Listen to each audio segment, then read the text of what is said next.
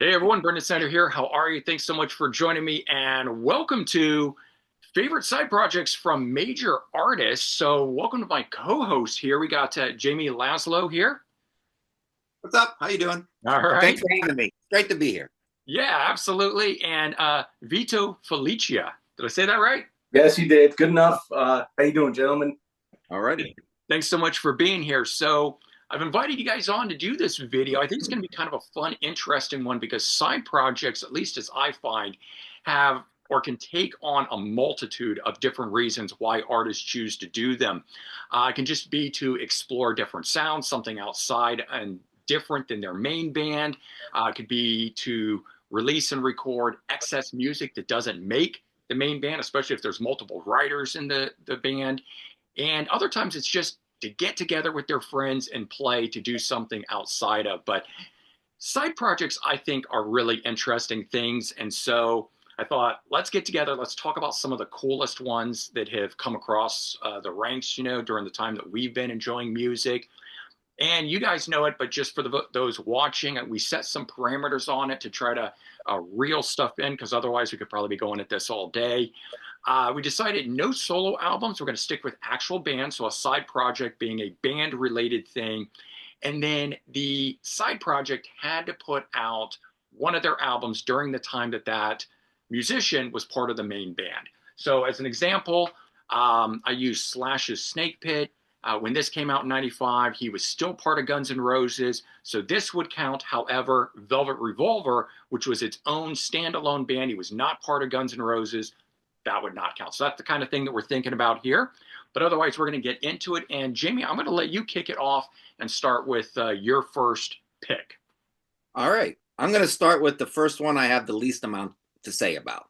Okay, sounds good. We'll work on. And the theme on this band is Trey Anastasio from Fish, the lead singer and vocalist. For me, makes everything better. The Grateful Dead did like something. They called it, what did they call it? Like The Dead or something. They did a show, I think, in Chicago about 12 years ago. Mhm. And since Jerry wasn't there, Right. and I'm not a Grateful Dead fan, Trey Anastasio filled in. And I was like, now you're piquing my interest. And I bought the pay-per-view, and he made those songs come alive with his guitar playing. I never was a fan of Jerry Garcia. I thought he was boring as a guitarist. That's just Mhm. me. And it became like this marriage between Fish and the Grateful Dead, and that was great. So I'm not a Primus fan. Ah, I respect Primus, Les Claypool. I've seen him live twice, and it was fun live. I own no Primus. Every Primus song I've ever heard, I was never a huge fan of it. And that kind of country-ish rapping thing Les does. However, you add Trey Anastasio to the mix, and who was in Fish at the time. Everyone was in a band except Stuart Copeland, and that is Oysterhead. yeah. So now you got something pretty cool sounding. The drumming, you got tribal drumming from Stuart Copeland, Trey's guitar, and less is less. I mean, this sounds like a Primus album that's better. That's what I like. The best way to put this, all right, I was trying to think of a metaphor, and this is the best thing I came up with. Sometimes I come downstairs, there's a recliner around the corner, and I take a nap. And it's normally right before I start work. I work from home. So I try to get in 45 minutes, and there's a clock that ticks in that room. And it's annoying. However, if I turn on this little portable fan next to my recliner, the white noise, you still kind of hear the clock, but that white noise and the clock become one sound. It's kind of soothing. So think of Les Claypool's bass playing down, as that clock by itself, kind of annoying. But you add Trey's guitar, which is the fan, then the fan is filling the gaps between those sudden bass notes, and then it becomes one nice soothing sound that I like a lot more. So I don't know if that made sense, but that's all I got. And it took me like a day and a half to think of that. I was thinking of food, granola sucks, but mix it with caramel. No, I'll go with the fan. So yeah, I mean, and then you got like songs like Suicide, which Trey's guitar sounds almost heavy metal on that. And there's a Rubberneck Lions, where Trey and Les go off back and forth with vocals, it's like two different songs. When Les is singing, and when Trey, I love Trey's laid back hippie vibe to his vocals a lot better than Les Claypool's. So that's my first one. I don't know what you guys think of Oysterhead. I'm a huge fan of that album, but then I come at it from the Primus standpoint. I'm not a Fish fan, and I'm not a Grateful Dead fan. So I do like the Police. So having Stuart Copeland involved in it certainly piqued my interest. But anything Les touches, I'm in for. So Okay, that's awesome. That's interesting. So we both came from different angles, but met in the middle. Right. Okay. Cool. Yeah, that's more of like jammy band stuff. Doesn't really pique my interest as much. I do agree with you, Brendan. Copeland's phenomenal. Police, I love. Right. Primus, I can give or take. I don't even think I own a greatest hits album from them. Mm-hmm. But Fish tried out many years ago. I'd probably say in the mid '90s. Somebody gave me one of their CDs. They said, "Hey, you got to listen to this," and it didn't connect. Mm-hmm. So maybe it's kind of Beatlesque for me. Maybe I still need 10 more years for it to connect with me, and I'll give it another shot. So. Yeah, the jam bands, the Grateful Dead, it's just not my cup of tea. But I do appreciate it. Obviously, they're huge, you know? Yeah. So.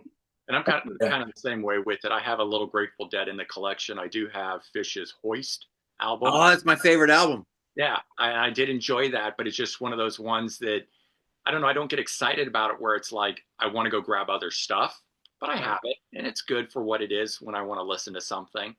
But the three of those artists who really come from different worlds all coming together, I mean, that's a true side project there. That's pretty interesting. And they did it for the 2000 New Orleans Jazz Festival. That was the reason, just to play that, and then they ended up doing an album.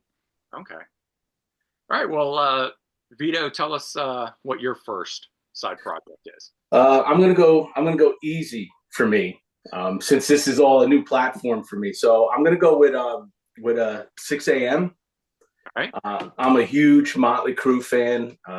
Nikki Sixx can pretty much do no wrong in my eyes. We've had this discussion before. 6 a.m. was a really great platform, I thought. I like how he spun it off the book, The Heroin Diaries. Obviously, it's a very commercial type of band.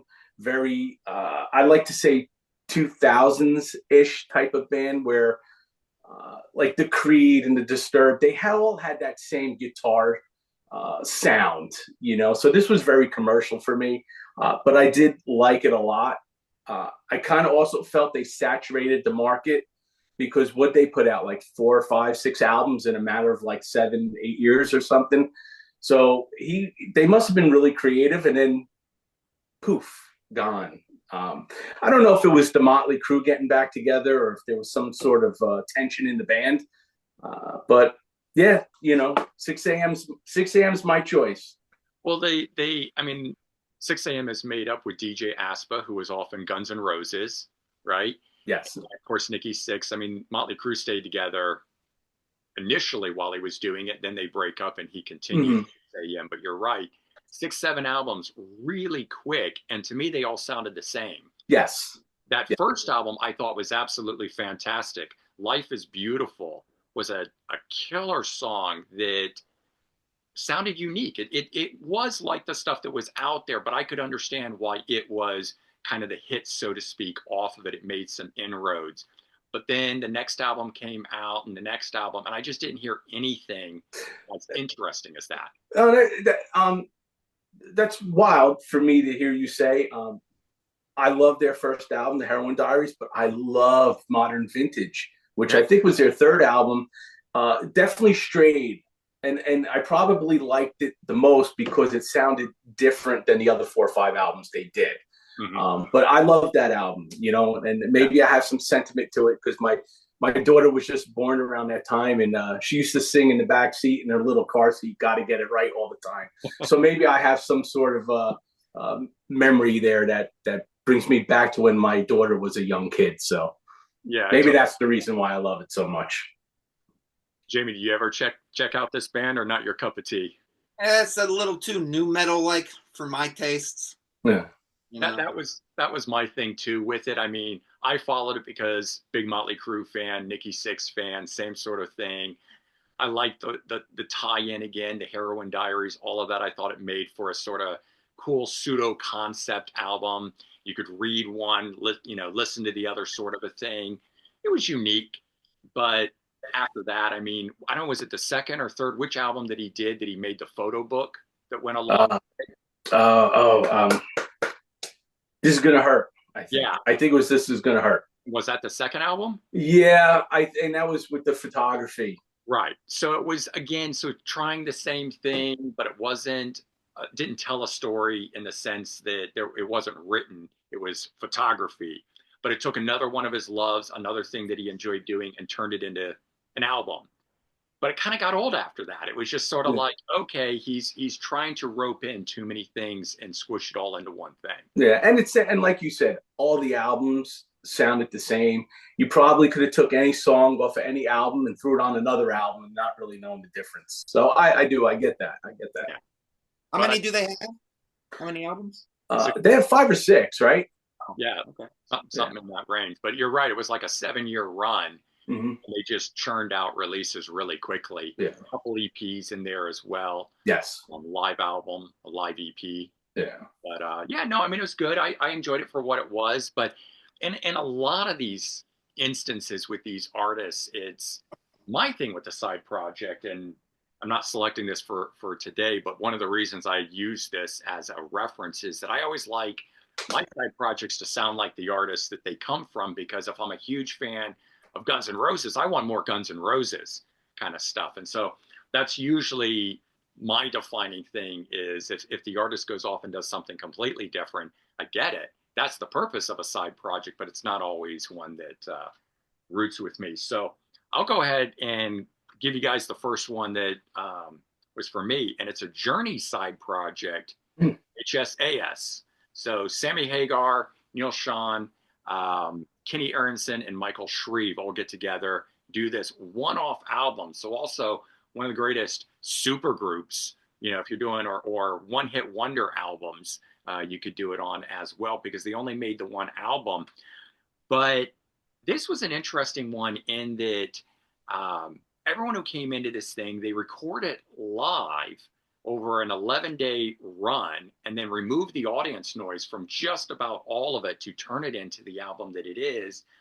And it should have been bigger. I don't know if you guys have heard this or listened to it, but opening track, Top of the Rock, Missing You, killer hard rock slab, just great stuff out of the 80s. But the single that they released was Whiter Shade of Pale, the Procol Harum song. And it just doesn't represent this at all. So unfortunately, I think this just sunk like a lead weight and didn't do a whole lot of anything, despite the big names that were part of it. Of course, it was also year before Sammy Hagar joined Van Halen. I mean, he's still writing. Yep, he's still writing at the top of his game. 5150 and the albums that came right before that, or not 5150, VOA. But at the same time, it just wasn't quite there yet. So I see, Jamie, you got the album. So what's your thought on this one? I didn't buy this album until about 5 years ago. Mm-hmm. And I got to tell you, I was expecting it to be a lot more cheesy than what it is. I think it has a nice, cool edge to it. It balances the edginess with the AOR type hard rock aspect of it. I dig it, and you're making me want to play this when this video's over now. It's definitely harder than Journey is. So if you're thinking of it, and as I mentioned it as a Journey side project, because Sean coming from Journey at the time doing it, it rocks a lot harder. So you want a hard rock version of Journey? Yeah, HSAS. Yeah, I'm not a huge Sammy Hagar fan, but I pretty much like anything Neil Schon does. Mm-hmm. And I agree with you, Brendan. What I like about that album, Schon comes more into the forefront. I love Journey, but Journey's guitars to me sometimes are more blended in with the keyboards. It's not as prominent an instrument in that band. So that's what I love about this album, the HSAS, is just that it's Schon. So it's a thumbs up for me.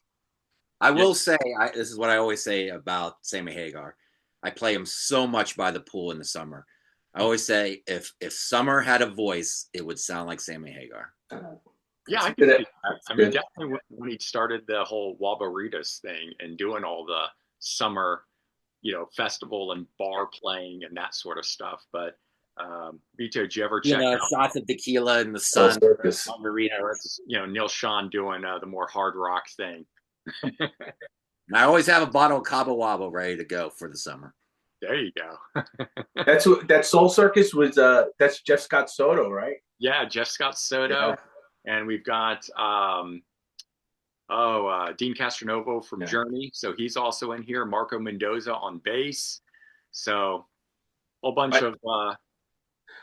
I found that CD in St. Louis for $1.99 used. I thought that was an excellent find. Yeah, Yeah. absolutely. Did you find this one or the yellow cover? No, the yellow cover. Yeah. Yeah. This was the website version, and then they actually got signed and remixed it, and then the yellow cover one, which has 2 extra tracks on it. But I don't know. I still love this one far better than the yellow one. So I have both. I just keep this one. This is the one that stays on the wall and gets pulled out. But I thought I'd go ahead and mention that since we were talking. Yeah, that's a good one. That's a good one. Yeah, that was one of the 10 other side projects that I pulled out just in case. All right, Jamie, what's your next one? All right, so I know we didn't want to pick solo careers like Phil Collins. We didn't want to do Hello, I Must Be Going. Right. But we could have done Brand X, couldn't we? His side project. You could. However, what if you're a solo artist and that's your career and you form a band on the side? So the other way around. That works, right? Sure. Tin Machine with David Bowie. So they released 2 albums, Tin Machine and Tin Machine 2. Right. And 1 live album that I do not have. I didn't know they put a live album out. This came out in 89, and this one 92, I think, maybe 92. Yeah. This one got, I think most critics like this. I think this one critics were pretty harsh on. So, you know what? I like them both. I tell you what, 2 really good Bowie albums. If you make a best of the 2, 1 album, then you have a really great Bowie album. More or less, Tin Machine, Bowie, whatever. I think it sounds, especially this one, a bit ahead of its time. This is 89 before, 91 when the music landscape would change. But you can hear like a little bit of noisiness in this, a little Sonic Youth, a little Nirvana Bleach maybe come in. Nirvana Bleach came out in 89, so same year, but nobody really knew what that album was. Great songs. My 3 favorite songs: Under the God, Pretty Thing, and Baby Universal from the 2. This is what I love about doing these kind of shows. It gives you a reason to bust out albums you haven't heard in a long time. When was the last time I played Oysterhead? Oh, geez, who the hell knows? When was the last time I played these? God, it's got to be at least a decade.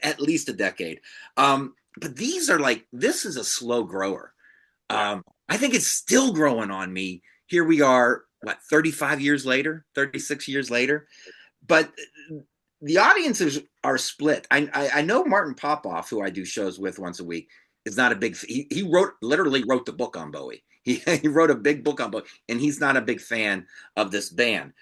But I posted them on my Let's Get Physical page on Facebook, which is dedicated to physical media. If anyone wants to send me invite yourself to join, I will accept you. So I posted it on there and I said, give me some feedback on these album guys. What do you guys think of this? And some fellow SOT people, Sea of Tranquility people, Davey Gallagher said nowhere near as bad as some people say these albums are. Chris Allo, who likes metal and Sabbath and, just in sandwiches, likes these albums. I did not see that coming. He says he was never a Bowie guy, but he likes these albums because there's a bit of a rock edge to them, just enough rock for him to like them.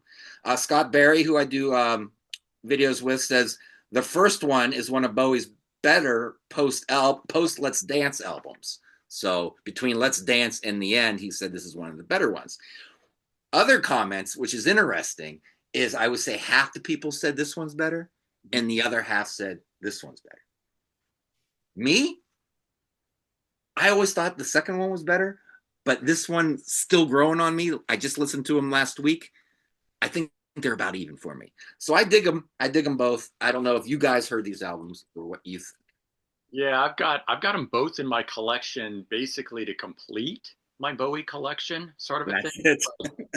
Um, I had higher expectations for it, the idea that David Bowie was forming a band, but I think you put it into good context saying that one, a little bit ahead of the time, but more in the alternative rock vein Yes. than what I would have expected in 1989. So I didn't enjoy it at that time.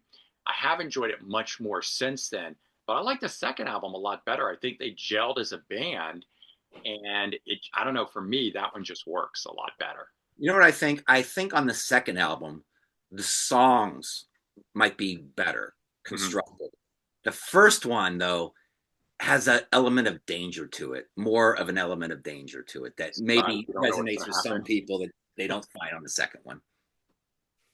Yeah. But he did say it got his creative juices flowing again, you know, to go into the 90s and 2000s. Yeah. And then he kicked off with a whole entire new sound at that point. Right. Like a 9 Inch Nails type thing at times. And yeah. One thing you brought up that's at least interesting to me, I've really never listened to Tin Machine, but listened to you talk about it. Critics, you know, 9 out of 10 times, whatever critics say, usually the fans are the opposite. So hearing some of the comments that you were mentioning from some of the people that you know, it's what makes music great, right? Yeah. One album not so good, one album's better than the other, but everybody thinks it's always the opposite. So that's the one thing about music that's great. It's a personal thing. So yeah, I feel the same way. And Vito, you and I've had a lot of these conversations where we're both big Motley fans, and albums you love I can't stand, and vice versa. So that is one of the best parts of music. Yeah. We all come at it from a different perspective. We all hear things slightly different. Maybe you and I come in at Oysterhead in two completely different directions, yet meet in the middle and agree that it's a great album nonetheless. But the things that brought us into it, so different. Yeah. I agree. All right, Vito, what's yours? Your second one.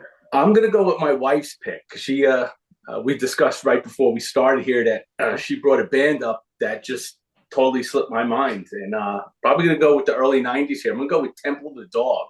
Oh, that was my next one. Oh, well, perfect. So you know, it's funny because I didn't even think of that one.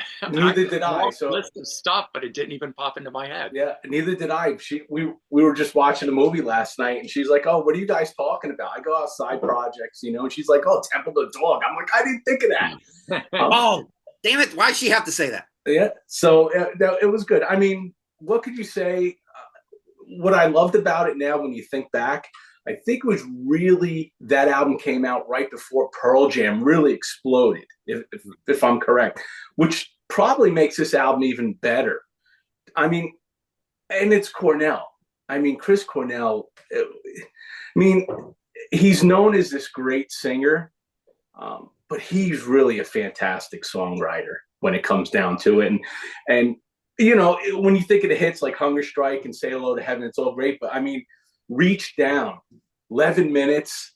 Yeah. I mean, the guitar solos, and it's just, I get the chills, you know, just talking about the album, because probably also what it's about, you know, Mother Love Bone and everything like that. The singer passed away. So that's my second pick. I give credit to my wife.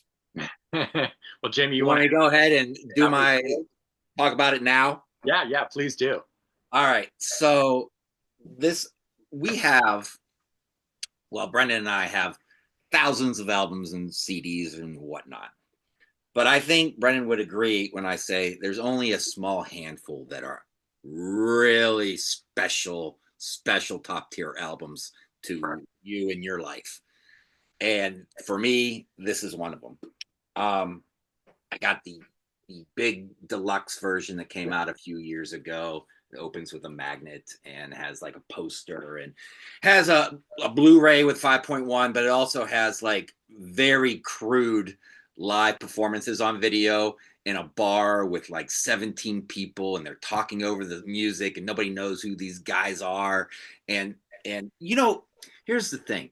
In 1989 and 1990, I worked at a record store downtown Pittsburgh, and I became part of the circle of like local bands, rock bands. And we'd all go see them, and then we go to the guitarist's house and hang out, and there'd be a keg, and that's what was going on. Around the same time, instead of being in Pittsburgh, what if I was in Seattle for that scene at the same time, going to like Chris Cornell's house and there's a keg and hey, Chris, can you get me a beer? And Kurt needs one too. What stories you would have, right? So, and there's my original CD that I bought and here's the vinyl with the 3D type. You got cover. It all. I wish there was a way to know how many times you listened to an album, whether it's on the CD, you streamed it, you were at a buddy's house. Like how many times if I could do that, this would have to be top 5 most listened to album in my life. But here's the thing, for people that forget or weren't there at that time, things moved fast with this type of music. Now, this was dedicated to Andrew Wood from Mother Love Bone because he passed away. Say Hello to Heaven and all that. Alice in Chains, they released Facelift. December, came out August 28th, 1990. All right. Yeah. In the grand scheme of things, that was a lifetime before all this. 7 months later, Temple of the Dog came out. So Temple of the Dog came out April 16th, 1991. 18 weeks later, Pearl Jam dropped 10. So when you got Eddie Vedder and Mike McCready on here and Stone Gossard, they're barely recording Pearl Jam 10. They're barely a band at the time. So that's another thing. There's no egos in this super group because nobody knows. Yeah. Soundgarden's not that big of a band. They're not, and a lot of times I think in super groups, when everyone's coming from a big band, I can't prove this, but sometimes I get the feeling that someone gets a really good idea and they go, I'm going to save that for my normal band. So what you get is a bunch of second-rate ideas, for the super groups. That's why I sometimes think super groups don't always work. So 10 comes out 28 days later after 10. Nevermind drops, one of the most iconic albums of all time. 14 days later, Bad Motorfinger drops from Soundgarden. So things happened.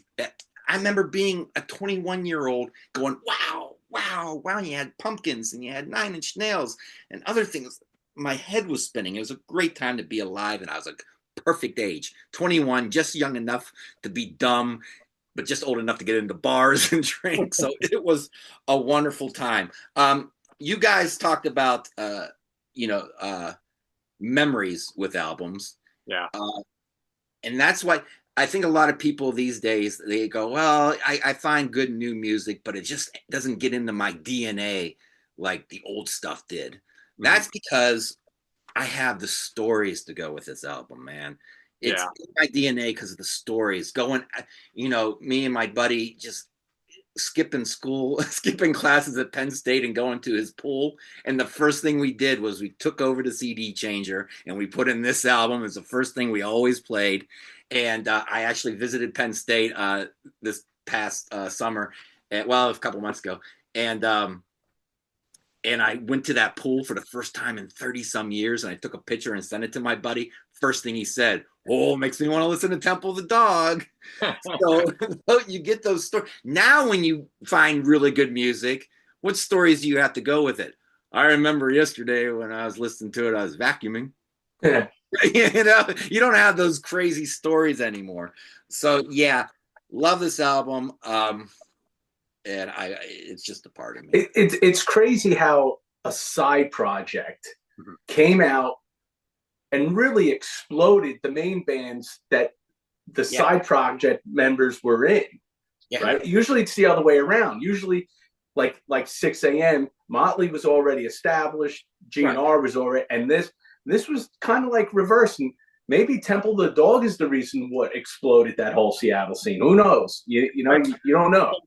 It came out, but it didn't do a whole lot initially. It was when it was re-released nearly a year after Oh, No, really? sorry. Well, after Nirvana, yes, but after Pearl Jam became big and Soundgarden became big, then it started selling and it sold 1 million copies. Hmm. Yeah, it I took a while. do, I do remember the music videos being played for the band Yeah. long before knowing Pearl Jam and all that sort of stuff, and people referencing Pearl Jam through, or not Pearl Jam, but Soundgarden through Temple of the Dog and stuff. But I think they all helped each other. It was one of those things that just, Piggybacked off one another. yeah, all these different artists releasing the stuff at the same time, each one built the other one up more from there. It's crazy how that scene in Seattle, like you just said, they helped each other. Yeah. And then when you go back maybe to the '80s scene, it seemed like all those bands were all fighting against each other, you know? Yeah. So it was Right. a little crazy how the different decade, how the bands were treating each other. Well, like you said regarding the band itself, there was no egos in that. Yeah. They were doing it as a tribute. Um, and this started with Chris Cornell writing the two songs and just wanting to record the two songs, and it developed into a whole album. And he brought in Stone Gossard and Jeff Ament, or they were doing this together. Mike McCready, I don't know that did he. He was just floating around. I don't Yeah. think McCready. He's not on the album though. But No, I think McCready is. I think he's the Yeah, one that's that does his- that solo on Reach Down. Yeah, that's his solo. yeah, on but he's Yeah. not right. But he didn't play on all of the tracks. I guess No, the no. same way that Eddie Vedder sings on one Right. or two of the songs. Right. It was really built around Chris Cornell, who was the roommate of Andy Wood, and the two guys from Mother Love Bone coming in, Stone and Jeff, to do this as a project. And then, yeah, they brought in these other guys. But ultimately, supergroup in the end of the day. But at the time of doing it, it really wasn't a supergroup. It was just something that was a tribute. Yeah. Meant to do a whole lot. And I think that's part of it, too. It's the undergroundness of it that then got popular once the whole grunge movement, alternative rock movement took place. And you probably get people like 30 years old who might get into this way later, and they see the video and they might think at the time of that video they were all rock gods at that time, right. And they weren't. You know? No, and I appreciate you putting the whole timeline into place, because that really sets up what that was. Very interesting. Did you, Jamie, go to see Temple of the Dog play at Madison Square Garden?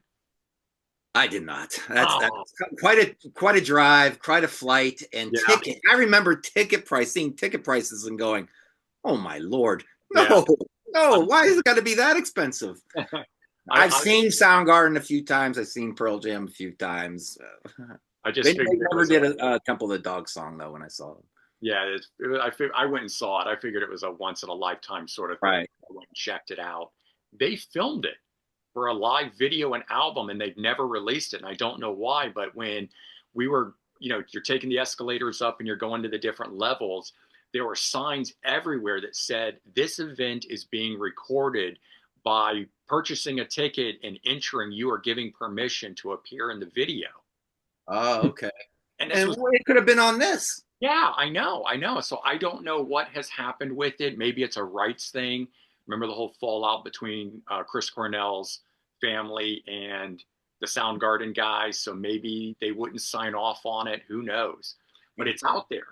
So I still hope one day we're going to see that for a deluxe edition or something. He died the day before I was supposed to see him here in Columbus. The day before. Oh, wow. Yeah, it was a big rock festival, and what it turned into was a Chris Cornell tribute show. Yeah, that's kind of cool in and of itself. Yeah, way to be with other music. There wasn't a dry eye in the place, man, when they started doing their tributes to him. I bet. All right, I will go ahead and jump in then. So mine is a Genesis side project. Mike and the Mechanics decided to go down that road. Paul Rutherford on guitar, bass, keyboards. Of course, he's the one from Genesis, but we also have Paul Kerouac joining in lead vocals and keyboards, having solo career. But what group did he come from? I know you guys know. Totally drawing a blank on it now. Squeeze? Yeah. I don't know the Squeeze guys by name. Yeah, I'm pretty sure he's from the Squeeze. I could be wrong. Okay, but Paul Young also in there on lead vocals, did some guitar and bass. Peter Van Hook on drums, who played with Van Morrison, and Adrian Lee also on keyboards. But the three main guys, Mike Rutherford, Paul Kerouac, and Paul Young, all huge at that time. Both Pauls, Paul Kerouac and Paul Young, both had big solo careers at that time. And you had Genesis. This is 1985 that this album comes out. So, right before Invisible Touch, but still Genesis becoming big, big, big at that time. And Phil Collins, right? We're not doing solo albums, but Phil Collins was certainly shining all that light on Genesis and the Genesis guys. So Tony Banks is releasing stuff, and Mike decided to do his own thing. I think this stuff is fantastic. It's definitely in that 80s vein of Genesis, but not really Genesis at all. And it's its whole own thing and has always been since then. But became Mike's main project. And he's done stuff with Mike and the Mechanics ever since the Calling All Stations 1997 album from Genesis came out and didn't do a whole lot. And ultimately, Genesis breaks up. And they've done 9 studio albums up until their latest one, Out of the Blue, in 2019. So still going from 85 all the way up to 2019, and hopefully we'll see something new from them. But I've always been a big fan of Mike Rutherford and what he did in Genesis, and getting to have some extra stuff that was along those lines was certainly enjoyable for me. Do you guys ever pay attention to Mike Mechanics? They were a big MTV staple too, right? I think Yep, at one absolutely. point. I don't remember the one day. I know they had two huge hits. I don't remember what they were, but I do remember them seeing them on MTV constantly. All I Needed a Miracle was the big All hit. I Needed, yep. And then Running.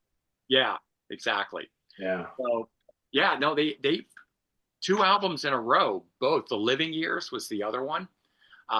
They had some big hits off of it. Yeah. And then unfortunately, we weren't able to sustain it to really take it anywhere. But yeah, they actually had sizable hits the way Phil Collins was having hits as a solo artist. How much did we get bombarded with Genesis around that time? Between the Genesis albums, the Phil Collins solo albums, Mike and Mechanics. I mean, they were everywhere. Right. And Tony Banks doing Bank Statement, sorry. Right. So he had Bank Statement. He had his solo albums. Yeah, you're right. But as a Genesis fan, and the whole idea of side projects, and obviously you look at the size of my collection, I love collecting not only the bands, but whatever it is that these guys do outside of it. Solo albums, certainly, but also side projects, super groups, just whatever. I love it. I want to know, for me, the thing that I enjoy about side projects so much is hearing what it is that artist does that they bring to the main band. So even when the side project doesn't really sound entirely like it, I love listening to it and going, oh, I hear that riff, or I hear that chord, or that whatever it is that would make a killer Genesis or Guns N' Roses or just whatever the main band is, and listening to it and sort of hearing that and imagining what the main artist would have sung it like or would have done. I mean, I don't know. I live in my head where it's the what if, right? What if this happened, or what if this song was recorded by the main band or not? I've always enjoyed side projects. Yeah, I love it. I like it. That was a good one. That was a good one. Yeah. And what I'm enjoying about this is all the different decades that we're hitting. Clearly, we all have different tastes in our decades, but I'm learning a lot. This is great. Yeah. I might have to go spend some money later. Well, I mean, that's the point of this. Not just so much for us, and I love that it happens for us, but for everyone watching. When I put this panel together, and we were supposed to have a 4th guy on who couldn't join today, but it was like I tried to grab people who have their sort of diehard love in one particular area, and it's like, but we all like a lot of different stuff, so I knew we'd have some crossover in it. But this way, it's like I can get turned on to something, maybe you guys can, but hopefully all the viewers who are watching are also getting turned on as well. As Billy Joel said, it's all rock and roll to me. That's right. It is. Yep. All right, Vinny, you want to do your last one? Because Jamie, yours was. I did 3. That's right. He's done his 3, so he'll sit. Well, I had one, I had one. And I'm just going to pop it up here real quick, but it's not what I'm going to choose because I think we discussed that this might have been after they kind of left the band. All so right. I'm just going to give them a plug.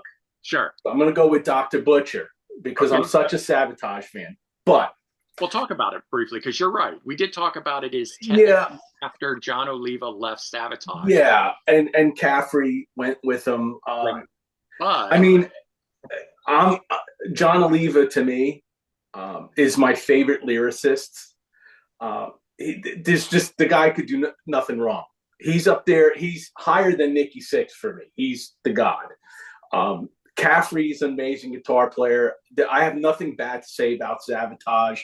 The best thing that happened with Sabotage going on break was the Caffrey solo albums, the Dr. Butcher, the Circle, it's John Oliva's Pain. John Oliva's Pain, Archon Angel. I mean, it just doesn't end. Yeah. But with that being said, I'm going to go with my third pick. And I'm picking an individual this time. Okay. I'm going to pick an individual because he's branched out in so many different ways. Okay. And then we can discuss. And I know you're going to love this because you love Frontiers Records. Yes. So I'm going to pick Tracy Guns because I love Tracy. All right. I love Tracy's guitar playing. I think Tracy is one of the most underrated guitar players. He gets his pats on the back, but I don't really think people realize how great of a guitar player he is. But with that being said, Blackbird Angels, Sunbomb, Russell and Guns. Yeah. Tracy Guns, League of Gentlemen, even though both those albums are mostly cover songs. But just to hear him play a different style of music. So that's my third. My third pick is Tracy Guns, whatever he does. The one I'm looking for here, and I'm not seeing it on my wall behind me, although I know it's right in front of my face and I can't find it. Contraband. Contraband is another one. Where's my Contraband? That is driving me nuts now. I can't find it. But Contraband, man, that I almost went with that as a side project. In fact, I know where it is now.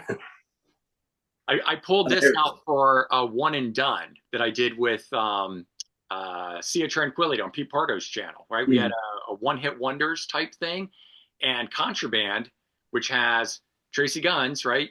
Cher Peterson from Vixen, Bobby Blotzer, Rat, forget this guy, but from Shark Island. And is that Paul Black? Paul Black, maybe?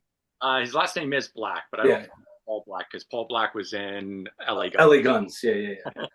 And then who was Schenker was in that too as well? Schenker, yeah. Which I think is the whole reason why Tracy did that. Somebody said, "Hey, Schenker's in." He goes, "I'm in. I don't care what it is." Right. So I would totally have selected this as well. That was one I wasn't even thinking of, but like I said, I had pulled it out for a different video. Yeah, but I mean, Blackbird Angels. I don't know if you have that album or anything, but I love it. Todd Kearns, to me, is the most valuable player in, I think, the music business right now.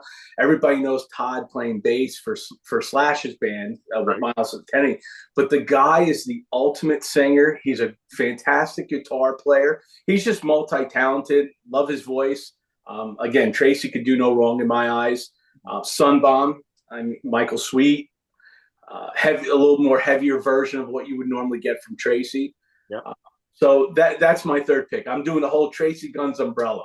All right. Well, one more then, because you're gonna realize it in a second, but Motley plus LA Guns. Brides of Destruction. Yes. Right. And Killer. This was a side project because they were both still doing that at the time. So we could go all day on this, right? Yeah. It's just, and then when you listen to all those albums, just the different, I mean, they're all rock and roll or a little punk, but Tracy's Guns, his tone, the guy could play anything, he really can. And that's what I love about those albums. And Jamie, I saw you ran off to grab an album. So I'm so curious, what is that album that you're holding and looking at, checking members on? You saw me checking the members on it. You stinker, you. A lot of people might like this one better than Temple of the Dog, but I always considered it Temple of the Dog Light. Okay. Still a great album, though. Mad Season. Mad Season. Yeah. Good one. That was a great one. Oh, Yes. absolutely. Mike McCready's on there too. Right, right. Oh man. Okay, so I guess I'll go ahead and do my last one then, and it is a UFO side project, Moog Way. Oh. So we got Phil, or sorry, Moog, Mog, Phil Mog, frontman, and Pete Way, bass player, pairing up. And this was after the original lineup had reunited in, I don't know, it was like 93. And then they recorded an album, but it didn't come out in the States until 95 or later or something like that. So there's this whole back and forth. But they had some downtime because we all know the story with Michael Schenker and, having his fits and he's in, he's out, that sort of stuff. So while that was going on, Phil Mogg and Pete Way formed Mog Way, waiting for UFO to really kind of get underway with the whole reunion thing. And then, of course, they made 3 albums together. But just really great stuff. The difference is with this is that while we have the classic vocals of Phil Mogg sounding like UFO, and of course we got Pete Way involved in this here, this is on Shrapnel Records. And so, if you know anything about the Shrapnel label and Barney, he's always got all these killer guitar players and people, and he can just be like, hey, why don't you play with this guy? Or if he wants to give props to somebody, help promote them, he's like, here, use this guitar player. So George Bellis was brought in, and he's like an Yngwie Malmsteen neoclassical style guitar playing. So if you can imagine UFO meets Yngwie Malmsteen, that's exactly what this sounds like here. But the second album, they brought in Jeff Coleman.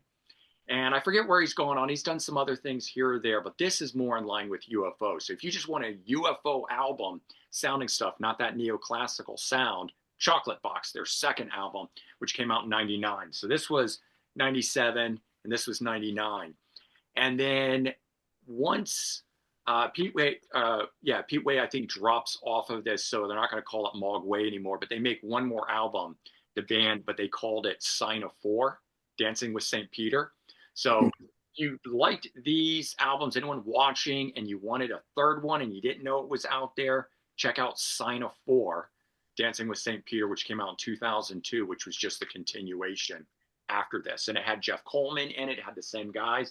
But the other fun thing about these is there's other cool people playing on it. So this has Ansley Dunbar on drums.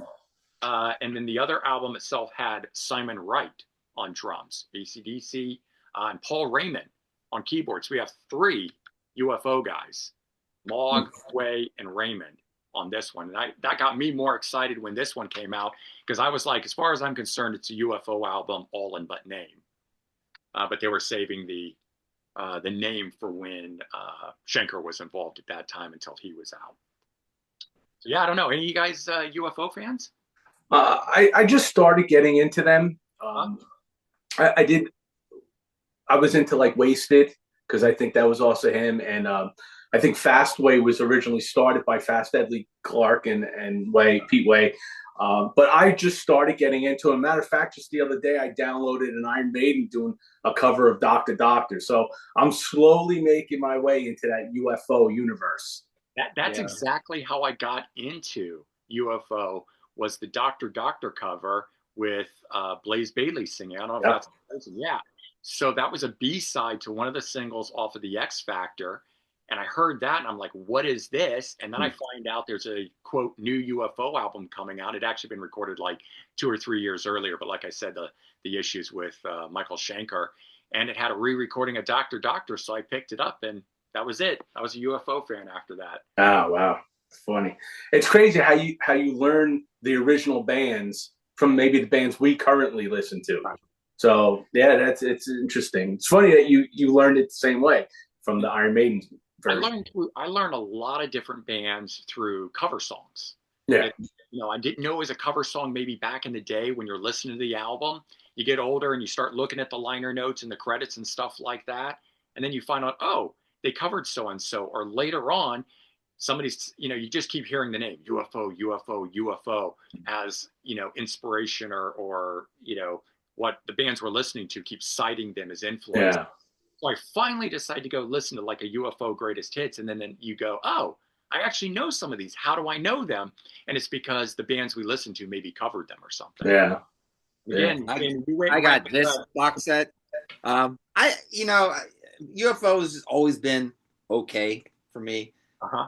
I've been known to say they're overrated, and people hate to hear me say that. But this is the weird thing with UFO, and I'm listening to these, and sometimes I listen to an album, I'm like, you know what, this really is good, and then like maybe 6 months later, I'll listen to the same album. I'm like, it's not that great. So it depends on my mood, or I don't know how many beers I drank at the time. I don't know. So, I don't know. One day maybe it'll click for you. I don't think they're overrated because I don't think they get enough love that they should get. right. But Within this community of yeah, lovers, though, Sea of Tranquility and everything. it's huge. Like I've always thought of them as the same way that I think of King's X, in they are a musician's band. Artists who are in bands that we love will constantly cite UFO. And I remember first time listening to it going, I don't hear anything magical or great. Yeah. It's grown on me since then, and I do love it inside and out. I'm a huge fan now, but it's just straight up rock and roll. There's nothing magical or different about it. It's not like suddenly discovering Van Halen or something, Right. But King's X I have found to be the same thing. A band that's been on forever, had a little bit of success in the early '90s. And they did the side project with Jeff Ament. What is it? It's Trace Trees or something like that. Yeah. But Doug Pennick, the bass player, has done so many different side projects with big famous musicians. And that's all because these other artists that are out there love King's X, but somehow it doesn't translate over to the general, public and just being a success. But those that know King's X or those that know UFO are diehards. Yeah. One of my favorites of his side projects is KXM. Yeah, with George Lynch and the drummer from fantastic. Lucier, I don't know how to say his last name. Ray Luzier. Luzier, okay. But he was also part of Wrathchild America. Was he the drummer in that band, a thrash band? No. But he came from a thrash. I don't know why, and I'm probably wrong, but I want to say it was Carmine Appice in that. No. But I could be wrong. Or maybe there was a guy in the band that looked like Carmine. I'm thinking of Shannon Larkin, who went on to a different... he's in Godsmack. And Shannon Larkin played with Ugly Kid Joe as well. From Wrathchild America, and I don't listen to Godsmack, but it was like cool that a thrash guy that I liked went on to a bigger band to be successful. Yeah. Ray Lucier has played with a lot of people, including David Lee Roth. So, all right. Fantastic drummer. Yeah, we're going to wrap things up here on this. But I want to give each of you an opportunity. Jamie, is there do you have another one that you wanted to throw out there? Any other that you're thinking of? I'll let you think about it for a second. Yeah, just the Mad Season, I guess. You brought in Mad Season, right? And Vito, you got a moment to plug that. I'm gonna go back to Frontiers. Okay. Black Swan. Yeah. Black Swan. Killer band. I think they have a third album coming out soon, so I'm looking forward to that. Again, Jeff Pilson and Robin McCauley. Yes. Right? Yeah. So fantastic. Real quick, I thought of one. Good. Do you like The Cult? Yes. Ian Astbury in the '90s did a side project called Holy Barbarians. Wow. And it's that album's a little top heavy. Like the first half is really good and but the first half is really, really good. So if you like The Cult, check that out. Oh, absolutely. And I just like how Ian Astbury names all of his bands based on cults, or like this: Holy Barbarians, The Cult, Death Cult, Southern Death Cult. Yeah, I can't get away from it. But if you know what that stuff is, then you go, oh, this totally got to be an Ian Astbury project. Great. And I'm going to throw one out there. Tipton, Entwistle, Powell. So Glenn Tipton, right? John Entwistle of The Who, and Cozy Powell. Okay, so Entwistle and Powell were already dead by the time this came out, but this was recorded in 94, 95, I think somewhere around in that era, and it was due for release I don't know, this was before Judas Priest got Ripper Owens in singing. So he made this album. It was going to come out, and the label thought, bunch of old guys, no one's going to be interested in it, and shelved it. And so it didn't see the light of day until 2006. But this in and of itself, which I know didn't come out at the time, but Tipton, he's still in Priest. So I think this qualifies. It was one of the ones I was debating on doing. The Ultimate album was just a Glenn Tipton solo album. This is what the label got behind and said they would put this out. And so apparently a few of these songs would later appear on this, but this is all the stuff that didn't happen at that time. But yeah, I just wanted to throw that one out. Yeah, cool stuff. Tons and tons. As I said, we could probably go on and on. I had pulled out 15 different side project artists to talk about, depending upon where things went with this today. And here we are. We spent almost an hour doing it. So obviously, lots of fun. And there's a thin line between this and favorite supergroups. Almost the same subject in a way. So a lot of it is, and I really thought about that when we were discussing this in advance about what the topic would be. Would it be favorite supergroups? Would it just be side projects in general? Would it, instead of trying to do it for major bands? I mean, we could have gone any number of ways with this. There's so much great music that's out there. Yeah. All right. So, Jamie, do you want to give a plug to things that are upcoming that you're working on for either Sea of Tranquility or some of the other stuff, your Facebook page you talked about? Facebook, yeah. Come on over to Let's Get Physical, where it's physical media, magazines, CDs, albums, anything. We talk about T-shirts or posters or figurines. If you got figures that you like action figures of some sort, it's all good. If it makes you happy, post it. Tell us, your wife might be upset of how much money you spent on this shit, but we'll make you feel good about it. And we just dropped a video last night of the review crew on Sea of Tranquility, where 4 of us reviewed some new music, new albums. And at the end, I made a fish milkshake. So if you want to see me bust out a blender and blend some fish, check that out. And that's all I got right now. I don't even want to know why you made a fish milkshake. Yeah. Check out. It's a long story. You'd have to watch. My mom was like, "What do you need my blender for?" I can't explain it.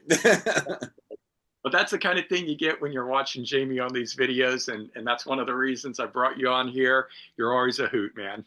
Oh, thank you. All right, Vito, you do not have a YouTube page. I know. Yeah, I'm a stray guy. I'm like a stray cat. Whoever wants to take me in for a little bit, I'm there. Right. But no, I appreciate you having me. It was nice to meet everybody, and this was great. It was great. I appreciate it. And yeah, and those of you watching my channel maybe already recognize Vito from having done a couple videos on my channel where we got together at Sound Exchange in Wayne, New Jersey at Anthony Coviello's store. And so certainly thank you for joining me on those. But yeah, for everyone watching, I'm trying to get Vito here to join in via Zoom. And this was your first time doing it? Yeah, first time. This might have been my first Zoom ever. Right. Oh, wow. I couldn't tell. You were a pro. We're probably carry on this one here. We're getting you going, and so hopefully you can appear on some more of these if you're up for it. I would love to. And if you do move to Las Vegas in the end of the day, then we've gotten you primed and ready via Zoom, so we can keep making some videos with you. Yeah. The only difference is I'll be out there sitting there by the pool with a drink. I like that. That sounds great. A cool backdrop. Listening to some cool music. So I don't know.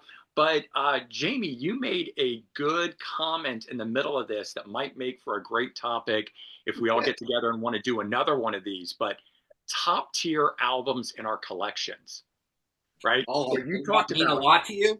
Yeah, the ones that are like you said. I've got 13,000 CDs in my collection. Jamie, you got a ton of media. Vito, I know you pared down, but you've got a huge digital collection of all that sort of stuff. And I know how much music means to you. And I thought that was a great idea, Jamie, that you threw out. That is, we may have massive collections, but there are only a handful of these that really, really mean something to us. And what are those albums? And maybe we pare it down to 3 again or 5 or something if we can. So let's all be thinking about that. Those of you watching can weigh in and let us know if you even want to see a video on that topic. But on that note, thanks everyone for tuning in. Jamie, thank you for coming here. Vito, same thing. And we'll talk to you all real soon next time. All right. Take care. Later.